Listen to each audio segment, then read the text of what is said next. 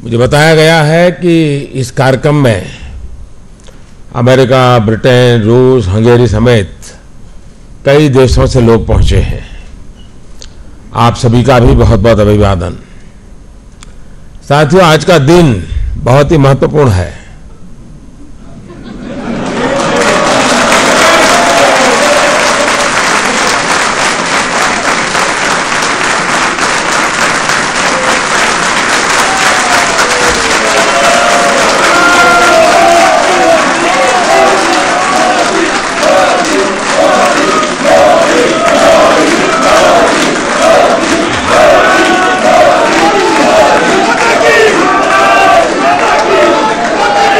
हरे कृष्णा, हरे कृष्णा। आज का दिवस इसलिए महत्वपूर्ण है कि आज सुबह ही मैंने गांधी शांति पुरस्कारों के कार्यक्रम में हिस्सा लिया और अभी मुझे दिव्यतम ग्रंथ गीता के भव्यतम रूप के राष्ट्र को समर्पित करने का अवसर मिल रहा है।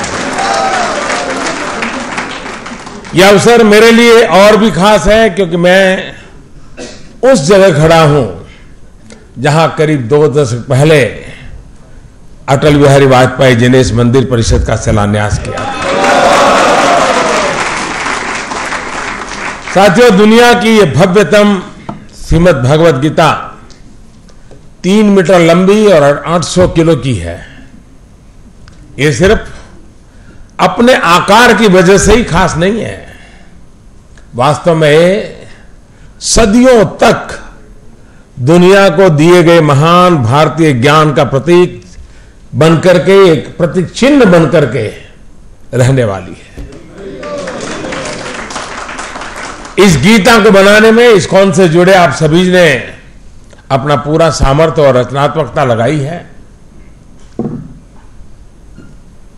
ये गीता भगवान श्री कृष्ण और स्वामी प्रभुपाद के श्रद्धालुओं की भक्ति और समर्पण का प्रतीक है। इस सराहनीय प्रयास के लिए आप सभी बधाई के पात्र हैं। इससे भारत के पुरातन और दिव्य ज्ञान की परंपरा की तरफ विश्व की रुचि और अधिक बढ़ेगी। साथियों, भगवत गीता को सामान्य से सामान्य मानवी तक पहुंचाने के अनेक प्रयास अब तक हो चुके हैं।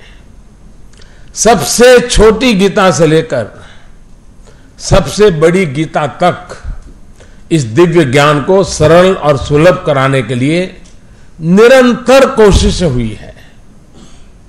देश विदेश की अनेक भाषाओं में भगवत गीता का अनुवाद हो चुका है। साथियों, लोकमान्य बाल गंगाधर तिलक जी ने तो जेल में रह करके गीता रहस्य लिखा है। इसमें लोकमान्य तिलक ने भगवान श्री कृष्ण के निष्काम कर्मयोग की बहुत ही सरल व्याख्या की है।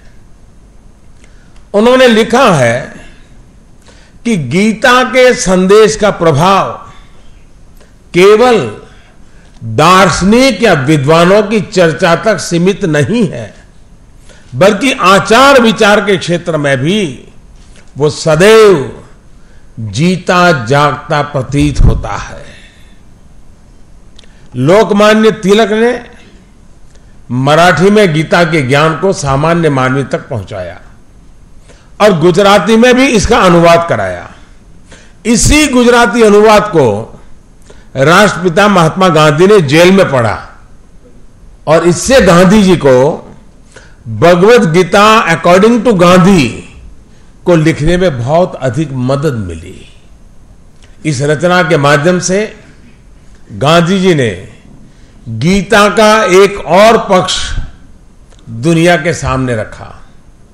गांधी जी की ये पुस्तक मैंने अमेरिका के पूर्व राष्ट्रपति श्रीमान बराक ओबामा जी को भी उपहार के रूप में दी थी। साथियों, श्रीमद् भगवद गीता भारत का दुनिया को सबसे प्रेरक उपहार है। गीता पूरे विश्व की धरोहर है। गीता हजारों साल से प्रासंगिक है।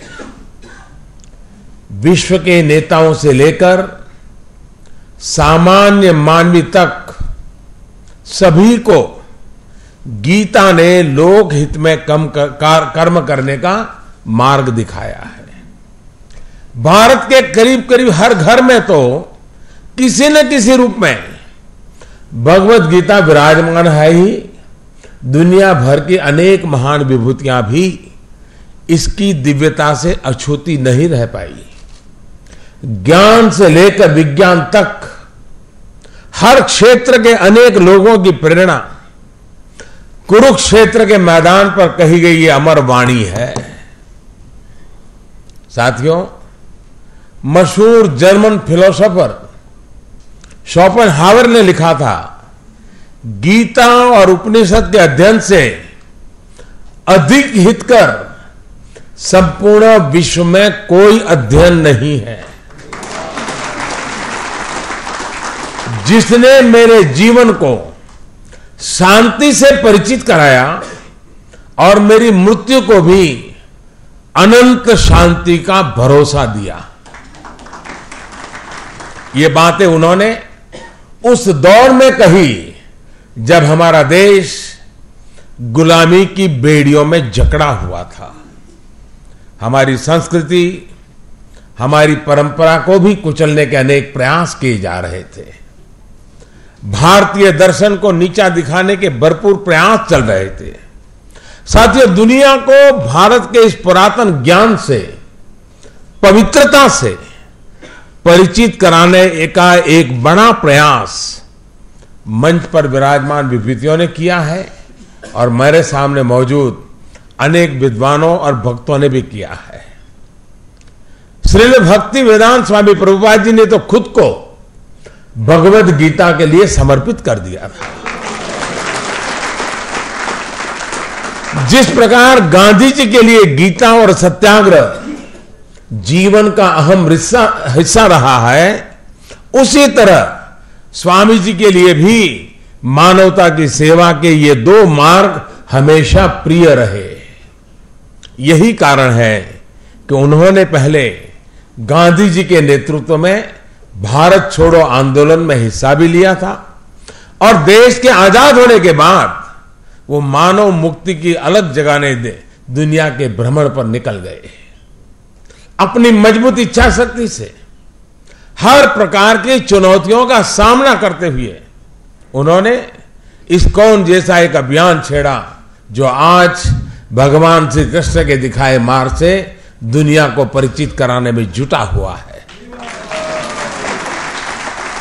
साथियों, गीता धर्म ग्रंथ तो है, पर यह जीवन ग्रंथ भी है।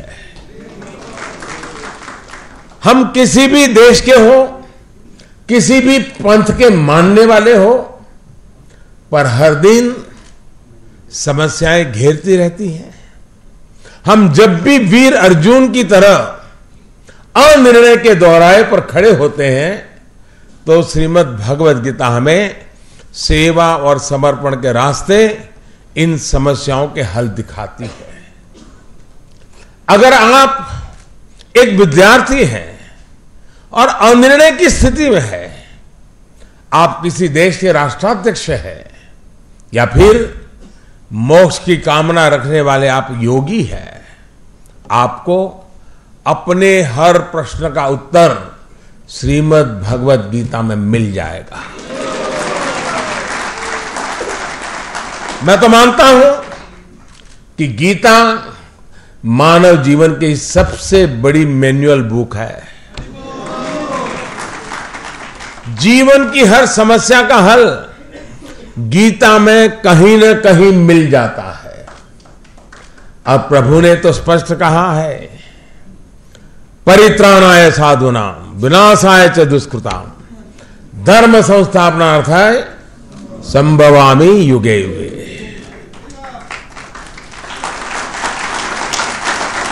मतलब दुष्टों से, मानवता के दुश्मनों से, धरती को बचाने के लिए प्रभु की शक्ति हमारे साथ हमेशा रहती है। यही संदेश हम पूरी प्रामाणिकता के साथ दुष्ट आत्माओं, असुरों को देने का प्रयास कर रहे हैं। भाइयों और बहनों, प्रभु जब कहते हैं कि क्यों वह व्यर्थ चिंता करते हो, किससे व्यर्थ डरते हो, कौन तुम्हें मार सकता है, तुम क्या लेकर आए थे और क्या लेकर के जाओगे। तो अपने आप में खुद को जनसेवा और राष्ट्र सेवा के लिए समर्पित होने की प्रेरणा अपने आप मिल जाती है। साथियों, हमने प्रयास किया है कि सरकार के हर फैसले, हर नीति के मूल में न्याय हो, समभाव हो, समता का सार हो। सबका साथ सबका विकास का मंत्र इसी भावना का परिणाम है और हमारी हर योजना, हर निर्णय इसी भाव को परिलक्षित भी करते हैं। चाहे वो भ्रष्ट आचरण के विरुद्ध उठाए गए कदम हो या फिर गरीब कल्याण से जुड़े हमारे ये निरंतर कार्य, ये हमारे निरंतर प्रयास रहा है कि अपने पराये के चक्कर से राजनीति को बाहर निकाला जाए। साथियों, हमारी सरकार का हमेशा से ये दृढ़ विश्वास रहा है कि भारतीय संस्कृति, भारतीय मूल्य, भारतीय परंपरा में दुनिया की अनेक समस्याओं का समाधान है। हिंसा हो, परिवारों के संकट हो, पर्यावरण से जुड़ी समस्या हो, ऐसी हर चुनौती जिससे दुनिया आज जूझ रही है, उसका समाधान भारतीय दर्शन में है। योग और आयुर्वेद की मुहिम को विश्व भर में पहचान और उसमें जुटे आप जैसे संस्थान और देश के अनेक संतों की तपस्या को हमारी सरकार ने बुलंद आवाज दी है, जिसके परिणाम स्वरूप आज हेल्थ एंड वेलनेस के लिए विश्व तेजी से योग और आयुर्वेद की तरफ आकर्षित हो रहा है। ये भी मानना है कि योग आयुर्वेद से लेकर के हमारे प्राचीन ज्ञान और विज्ञान से अभी दुनिया का सही मायने में परिचय होना काफी बाकी है। हमारा सर्वश्रेष्ठ अभी दुनिया के सामने आना बाकी है। मेरा आप सभी से, हमारे पुरातन ज्ञान विज्ञान से जुड़े तमाम कर्मयोगियों से यह आग्रह रहेगा कि वो अपने प्रयासों को और गति दें और नई पीढ़ी को भी रिसर्च से जोड़े। सरकार आपकी मदद के लिए हमेशा तैयार है।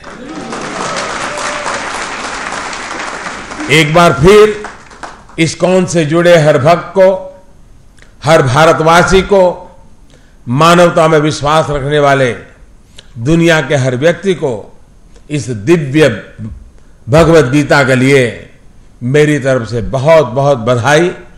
आपने मुझे यहां आमंत्रित किया, इस पवित्र अवसर का भागीदार बनाया, इसके लिए मैं आप सबका बहुत बहुत आभारी हूं। बहुत बहुत धन्यवाद। हरे कृष्णा।